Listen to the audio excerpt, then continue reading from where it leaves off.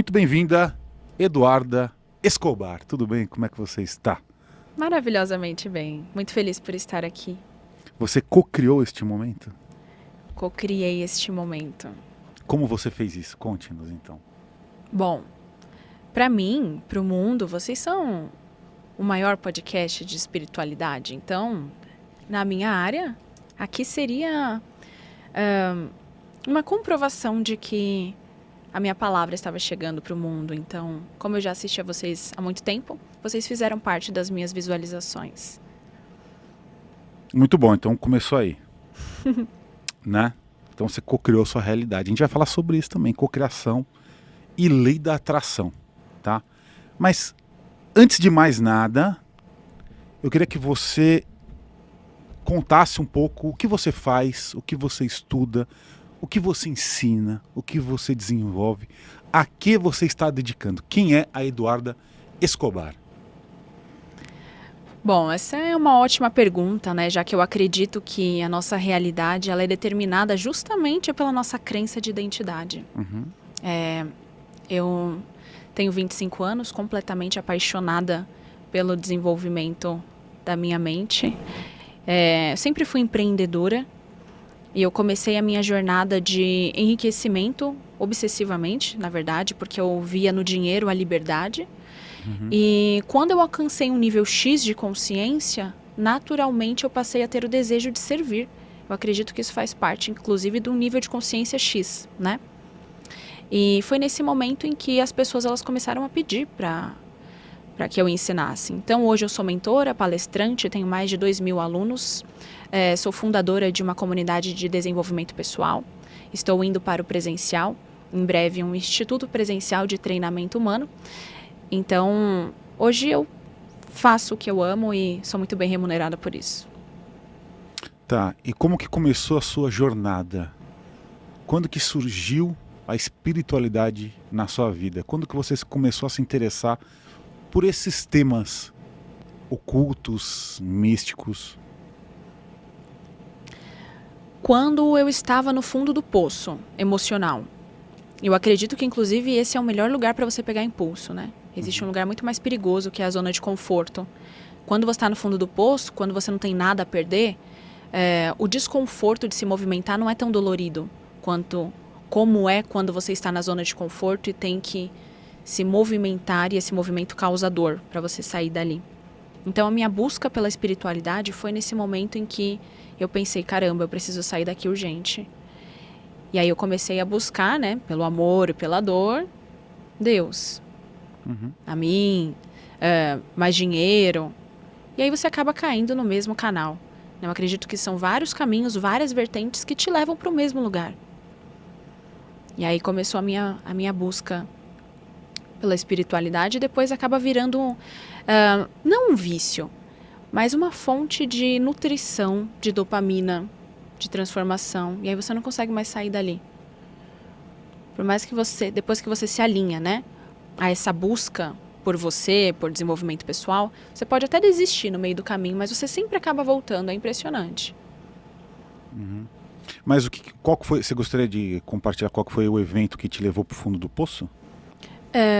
Bom, eu era uma adolescente de 17 anos, que a princípio tinha uma vida normal, onde eu ia para a escola e etc. Porém, a minha mãe ela me teve muito nova, com 16 anos. 15, 16 anos, então foi uma criança cuidando de uma outra criança, né? E desde que eu me conheço por gente, eu me sentia na responsabilidade por ela.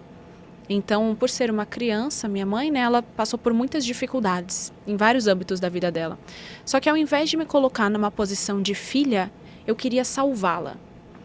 Então, eu sofria a dor dela, sendo que as escolhas eram dela. E isso fazia com que eu me colocasse em uma posição que não era minha e não estava preparada, nem mentalmente, nem na minha idade, para passar pelo que ela estava passando, pelo caminho dela.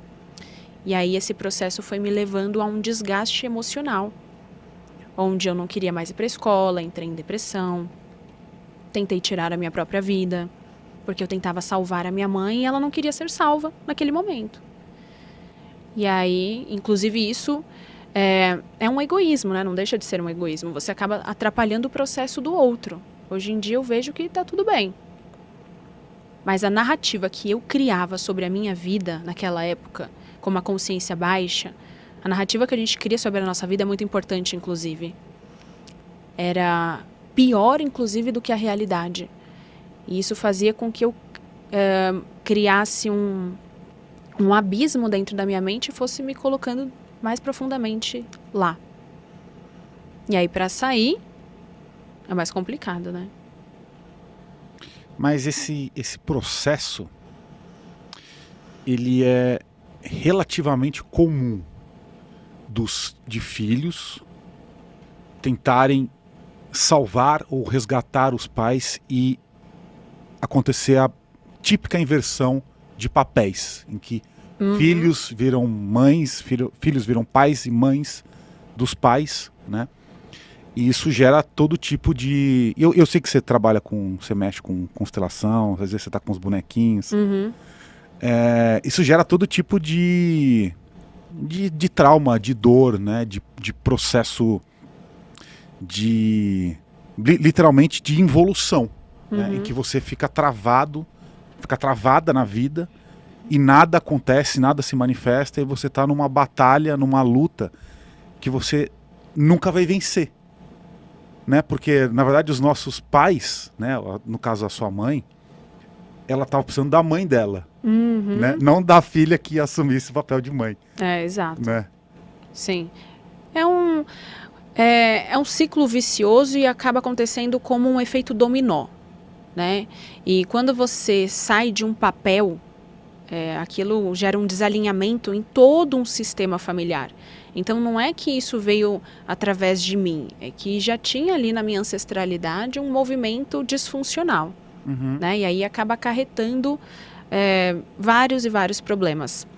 Mas eu acredito que existe uma pessoa que foi escolhida, ou talvez essa pessoa escolhe antes mesmo do seu nascimento, para vir salvar uma geração da sua ancestralidade, da sua família. Foi daí que surgiu aquele termo, a ovelha negra, né, da família. Geralmente são as ovelhas negras, entre aspas, que honram e realinham o seu sistema familiar, para que a partir desta pessoa nasça uma geração saudável, emocionalmente, próspera e etc.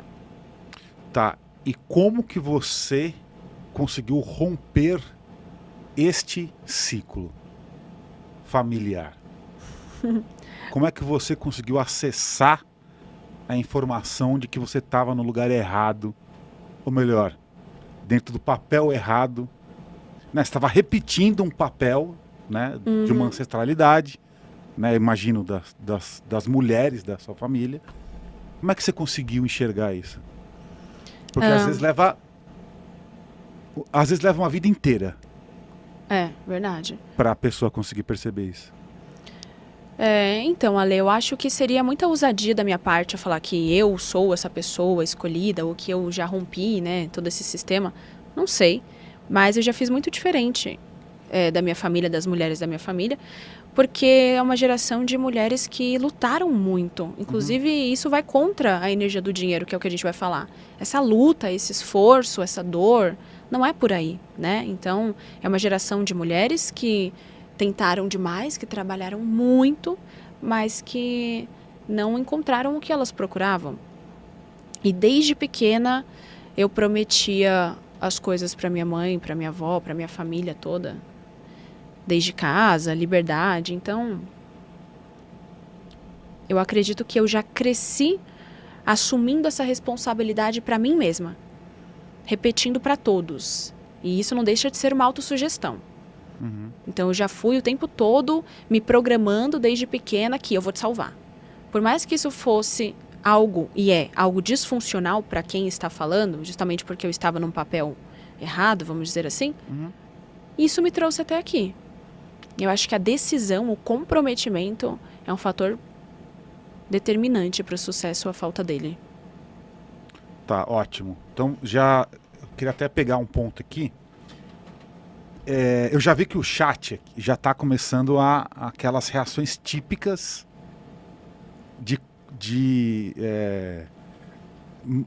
demonizar o dinheiro. É típico. Aqui assim, é batata. Começou a falar de dinheiro, sempre vai ter alguém que vai falar assim, o dinheiro é a raiz de todo mal, dinheiro é trevas, dinheiro é... Sempre vai ter. A gente está aqui com a Eduarda justamente para desconstruir esses pensamentos. Então, assim, podem colocar aí no chat, sem medo, vocês podem colocar todas as percepções negativas que vocês têm do dinheiro aí, que a gente vai desconstruir isso, tá? A gente tá aqui para falar disso, tá? Sem medo de falar de dinheiro e espiritualidade. Mas uma coisa que você falou que eu achei interessante é o seguinte, você falou que as mulheres da sua família todas lutaram e batalharam muito, em que inclusive o fato dessa luta, você falou, vai contra a própria energia do dinheiro. Você quis dizer o que exatamente com isso? Porque o dinheiro, ele não responde ao seu mérito. E isso é algo que a gente acredita, né? E o dinheiro responde à sua conexão com ele. Já que o dinheiro é uma energia, bastou você se conectar com essa energia, com essa frequência, que ele deve fluir na sua vida. Mas as pessoas, elas acham que o dinheiro, ele responde à meritocracia. Quanto mais eu me esforço, mais eu deveria ganhar, né? E aí isso fica enraizado na nossa mente, que é bonito ser guerreira, batalhadora, inclusive... Sofredora. Inclusive, essa característica, né, esse adjetivo, se assim a gente pode falar, guerreira, é muito comum nas pessoas com mentalidade escassa. Nossa, você é uma guerreira. E não é legal, né? Porque, geralmente,